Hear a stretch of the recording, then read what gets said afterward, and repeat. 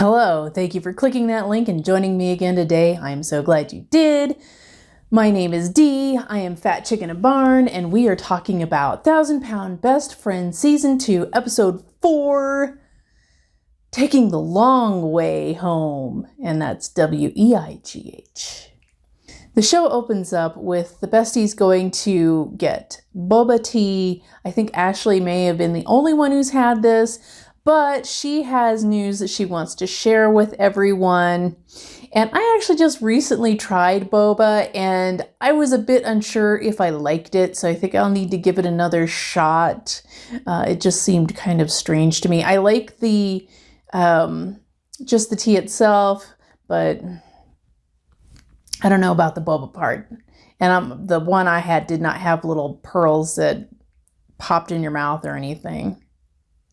So if you were missing the sexual innuendos from the last episode, oh, they make up for it in like this first 5 to 10 minutes of this episode. Let's see Tina go. Tina, just like your first time. Just take it. Take it. Just swallow.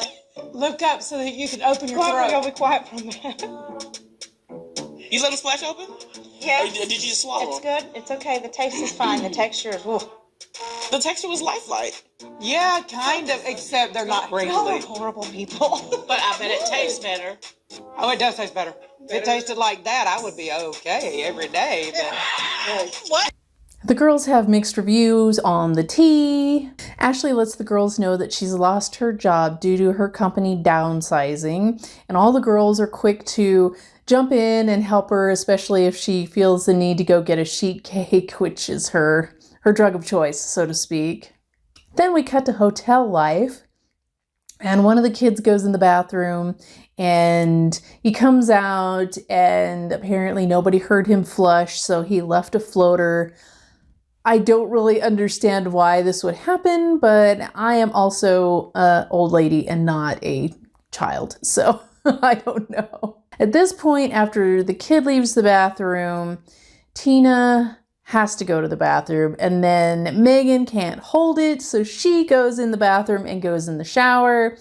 And I'm kind of suspicious at this point that TLC's kind of playing up this single bathroom thing, because all the adults could go to the lobby and use the bathroom in the lobby. And I'm sure that there's probably a bathroom on their floor. So I just feel like this is something TLC is playing up because there are bathrooms in a hotel. Megan has surrounded the commode with puppy pads, and she says it's because the men are missing the toilet and peeing on the floor. I'm not sure how I feel about this, but as an owner of dogs, I would like my useless superpower to be dry socks at all times while I'm wearing them, because it seems like no matter what I do, there is a puddle of dog water on the floor. The insurance company wants them to be back in the house in 2 weeks, but repairs are not completed. And trust me, honey, I understand, because I don't have a completed house yet. We cut back now to Vanessa and Jacob working out in the backyard. And y'all know I'm about people doing home workouts because that's what I do. That's what the kind of workout I do. Jacob seems to be taking things a bit more seriously, and he says he wants to be more active. Ashley shows up while they're working out, and Vanessa tells her how great that Jacob is doing. And Ashley admits to being an emotional eater, and she's also been feeling down, and she's scared that she's going to lose focus and not lose weight. Cut to Tina, Megan, and their respective husbands sitting around chatting in the house. And they are setting up air mattresses in the children's room. And of course, the only working bathroom is Tina's. So Tina's hubby points out that Megan uses the bathroom more than anyone on the face of the planet. And I totally understand the feeling. We only had one bathroom in the trailer, not about me having to use the bathroom a lot, but I do because I drink a lot of water. But We only had one bathroom in the trailer for ages, so if you had to go outside, or if you had to go to the bathroom and somebody was in there, you had to go outside. Fortunately, I live on 40 acres in the middle of nowhere, so it's not like anyone would actually notice you outside peeing. Fortunately, now we have an extra bathroom in the house, so if somebody's using the one in the trailer, you can go to the one in the house. Even though it kind of sucks because then you have to get shoes on and go out in the cold when it's cold. Megan and her husband John are staying in the kids' room because their room down in the basement is such a disaster area. Turns out that Megan's a bit of a hoarder. And she probably needs some therapy for that. Or to get, some Matt Paxton or some Dorothy Brenninger therapy right there. If you know, you know. So the kids are going to stay at Grandma's house because apparently they have allergies and they're real sensitive to dust and mold and that sort of thing. Megan and John are growing closer while Tina and her husband Johnny are struggling. Not to make it more confusing, they're both named John. Megan's feeling very positive about the future, and we cut to Tina and Johnny. And Megan texts Tina to let her know that she's got to come in and use the bathroom. Tina and Johnny are talking about how Megan and John need to find their own place and not continue to live with them. Johnny feels that Tina's not on board because she wants her best friend to be living with them and to be around. And he feels, though, that either Megan leaves or he leaves. Now, I've been saying this whole time, as you guys remember, that Megan should move in with Vanessa, but now I'm not so sure that she should. I mean, maybe as a temporary measure, just so that Tina and Johnny can reconnect. But I think that they need to find their own place. And I've been seeing, there was a comment on my Instagram, and I didn't watch any other reviews of this or any other recaps from other YouTubers. But yeah, everybody has the same opinion they're like, what the hell? Why are they still living with Tina? Cut to all the girls meeting up at Vanessa's house, and they're going to make smoothies, which I am always apprehensive of smoothies because they really can be calorically dense. Just eat the fruit, at least then you get the fiber and you don't have the sugar hit. So I'm actually kind of surprised they're doing this, but what do I know? I'm just a fat chick in a barn. Megan lets all the girls know that she's getting married, and they seem to be pretty incredulous about the whole situation. Because I guess she's been saying that she's going to get married, and Vanessa says that Megan has to be John's mother and, tell him to do this and that and mother him around.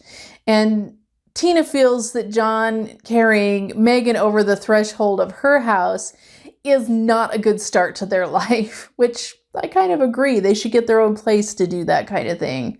They all do a toast saying, congratulations to Megan, except for Vanessa, and then she says, pray the wedding happens. And Megan just feels that she's a little bit jealous. Then we cut to the girls going to a trainer who specializes in training larger ladies. And this guy has the most amazing eyes. He really does. So he puts them through their paces, and there's at one point where Ashley's just like, I changed my mind, I want to be fat. That was a good set. I count that one. You okay? I changed my mind. I want to be fat. This kind of makes me wonder what the heck happened to, the fact that they're at a different trainer's thing. I'm wondering what happened to Vanessa's trainer. And this is probably something TLC is setting up just, for them to go train. I don't know. It just seems weird that they're just hopping from trainer to trainer to trainer. And on that thought, it's also weird that Vanessa took her son Jacob to see a completely different doctor. Why didn't she just take him to see Dr. Proctor? I don't know. Maybe it's a TLC thing. But I'm going to beat my drum a little bit saying you need to find some sort of physical activity that you enjoy to do because you're going to need to do it every day for the rest of your life if you're going to make this a lifestyle change and lose weight permanently. We cut to Ashley visiting Dr. Proctor, and I guess it's been about 8 months. I had not realized that. And she's been kind of avoiding him until she lost the weight. So she gets on the scale, and it's so funny because she's like, oh, I'm going to take my shoes off, or I'm going to leave my shoes on. I'm going to do it, and he's like, okay, leave your shoes on. And then she's like, nope, I'm going to take my shoes off. Hopefully they're a couple pounds. And that's the way I am at the doctor. I wear flip-flops so I can take them off when I get on the scale. The last time she was 378 pounds. She needs to be 348 pounds to get the surgery, and she's currently 362 pounds, so not quite there. So it's at this time that Dr. Proctor kind of chats with her saying, this is your last resort. You've already had one of a weight loss surgery. Now you're going to have a different one, and this has to stick because it's not going to work after this. And an interesting side note on that, I was watching Obese to Beast do an interview with Casey, I think his name is Casey. And Casey says that he made a comment about how the gastric sleeve is like the first surgery, and then I guess they go ahead and they do another one. They'll do the gastric bypass after that, because I guess after you lose so much weight, then they do a gastric bypass to help you lose more weight, but he actually never had that. I'll link it down below if you want to see it. So Dr. Proctor tells Ashley that this might be a good time for her to go to a, go to a wellness center.